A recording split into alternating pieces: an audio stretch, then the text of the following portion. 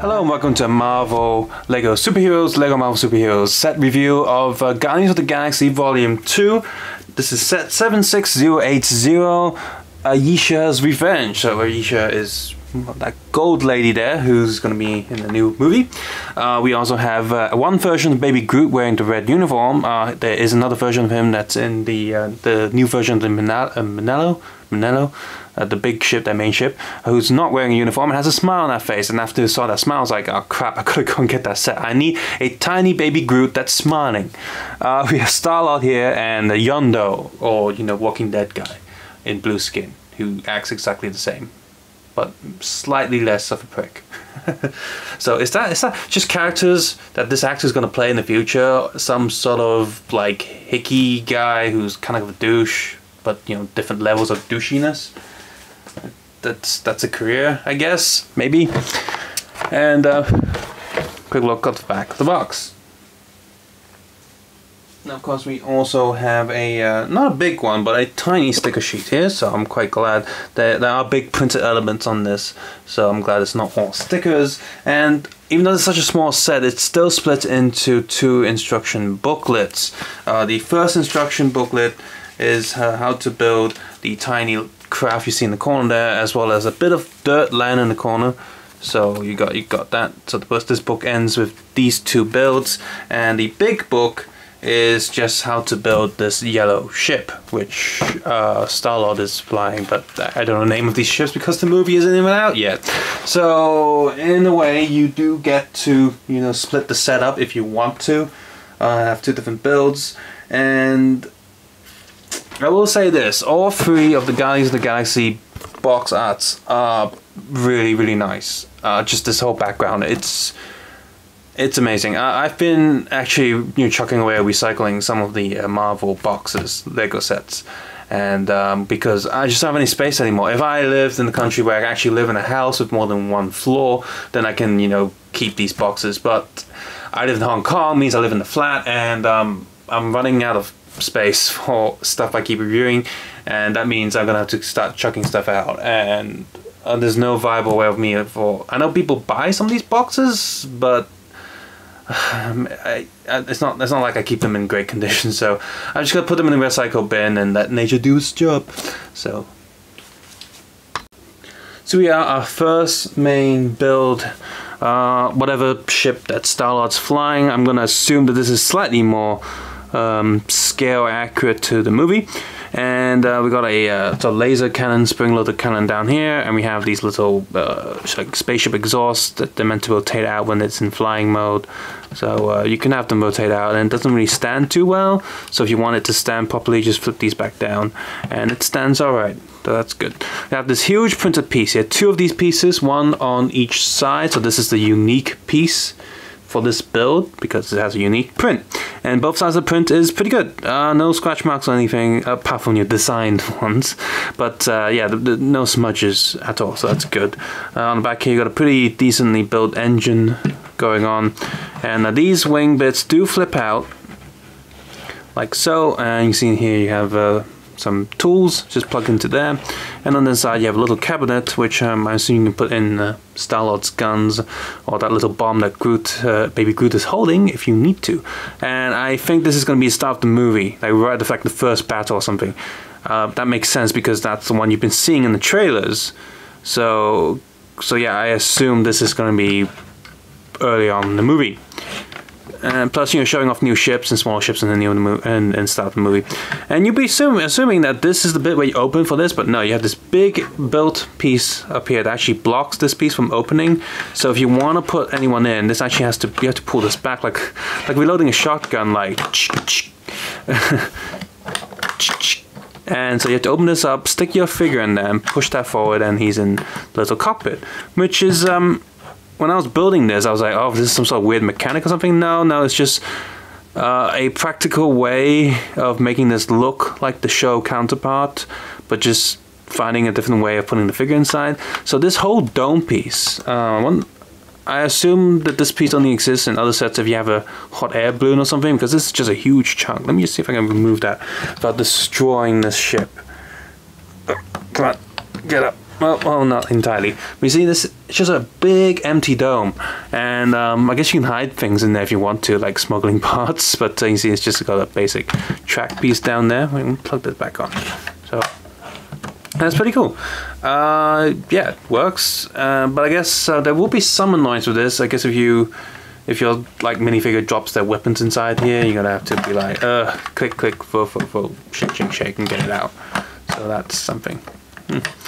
And yeah, without sticker sheets, this is still, because of this huge printed part in a way, how unique shape it is, I don't think this needs sticker sheets to make it look like the actual thing from the show. I mean, sticker sheets do help, of course, but as is, it's still a pretty nice looking ship without those extra details that you see on this sheet. You see, all of these details are all for this ship because they're all yellow and orange, but without that it's still alright. Maybe a bit plain on the top, that's why quite a few of the sticker sheets actually go on this big dome piece, but that's alright. Usually round pieces for Lego are printed, so it would have been nice if this is printed, but now that it's not, it's probably a pretty good piece to have for other builds. So move that aside. The second build for this is this little craft, which I thought was going to be like a little cockpit in there when I first saw the promo images, you know, those really like low resolution blurry ones, but no, it's just like a automatic drone, space drone thing. Now I can't, I guess I can get it to stand. That's pretty cool. Kinda stands. It was standing a moment ago, not anymore. Oh, there we go. So yeah, it can stand, so that's good. Yeah, just some sort of automatic craft. No sticker details for this. Some gold round track pieces on here, which is pretty cool to have. Some really nice colors on the back. That's one of the things for these sets, as well as the movie. Because the movie is so colorful that the sets themselves are also really colorful. Like, yes, on this side you're thinking, oh, it's just gold and stuff, but you know, there's some nice blue, transparent blue lining out through it, and on the back you got like purple and stuff, so it's really nice. I'm really digging the aesthetics of the movie, as well as these Lego sets based on the movie. The final build for this is a little bit of landscape for the here, which you can probably just chuck in one of your Minecraft Never sets if you want to. Just simple little build, and you see this little mechanism just down here, and you push down on this mushroom, I guess, and this stand the figure on here, and it's meant to go boom, and they fall over. Really unnecessary, but doesn't really affect anything. I guess you can flip this piece around, make it look a little bit different, and there you go. So the ship has a loading mechanism for loading the figure, a spring-loaded little fire thing, and this has the sort of play gimmicks. We have 4 characters here, 3 minifigures, and of course 1 micro figure for Baby Groot. And this is Groot with his uniform. Looks like a Ravager uniform-ish thing, because it's red, and both Groots are the exact same mold, just they have different prints on them. So this one has the red print as well as a kind of annoyed grumpy face. So this one, like Baby Groot's like attacking people face, and it's so cute in the trailers. There's this thing here, which I'm assuming it's the bomb. The way Baby Groot is, both of his hands are actually the little pegs that you can hold via a minifigure, and the pegs do extend out from the arm, so you could probably plug him into something if the head doesn't get in the way. There's no print on the back of Baby Groot, but aside from the sort of red jacket coloring, just carrying on. Yondu here has this really nice transparent red piece here for his hair, and you do get a spare one of these pieces in the box, so that's great. He has this little golden sort of harpoon thing that acts as his little whistle spear that he has. You see him whistling and attacking people in the first movie. And yep, he has printed front, but of course no printed sides on the legs, on the arms, and his back. Star-Lord here has a newer hairstyle, but the head seems mostly the same as the first one, and this jacket is just like a more zipped open version of very similar clothing he wears in the Volume 1 set, so you're not missing out much if you don't get this set in terms of Star-Lord. I mean, you do get Yondu, but that's a really important character that was missing from the first sets for the first movie, and of course you get Baby Groot, so these two are great, but in terms of Star-Lord himself, not too special. He's got those 2 space pistols, And on the back here, he has a little built jetpack thing. So just remove that and put his head back on so you can see his secondary face.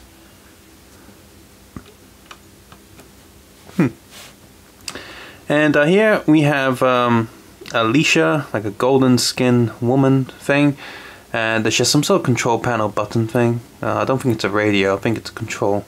Should be controlling that other spacecraft drone that you saw earlier. That'll be what this is for. And blue uniforms, contrast the red ones that they're wearing, of course. And look at the back there. Princessy hair, which I don't think she'll have that tie around when the actual film comes out, but we'll see. And here's the back look at her back.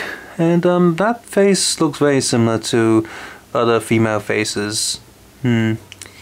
Just printed in the gold color. That's a little bit of a shame. Let's put the hair back on. Just look at Yondo again. See how unique his... Yeah, Yondo's face is pretty unique. The Chris Pratt face is not very Chris Pratty, but yeah, these two heads are more unique than this one. So this is kind of cool. If you like zoom in, like on the correct effect and stuff, you know how like spaceships have moving chairs sometimes around the cockpit. So if you angle this right, you can like do this, and it looks like, you know, he's moving like moving into the cockpit, just like an actual sci-fi movie. That's pretty cool.